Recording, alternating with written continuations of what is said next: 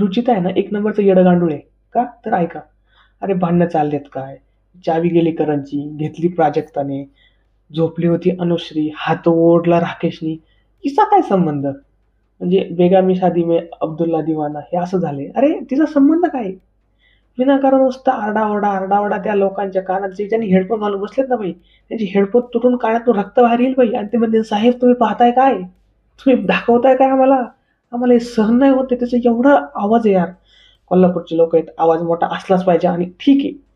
But ताई, कृपा करून थोडं कंट्रोल करा यार. आमची खूप रिक्वेस्ट आहे. तो रितेश देशमुख सांगू दमल. तो बिग बॉस सोडल, तिकडे रील्स बनवणं बंद करेल. पण तुझा आवाज कमी नाही व्हायचा ताई. काहीतरी कर. खरंच गरज आहे त्या गोष्टीची.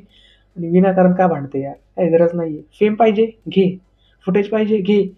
असं नको ना घेऊ. चांगलं नाही वाटत ते ताई. प्लीज थोडं कंट्रोल करा यार.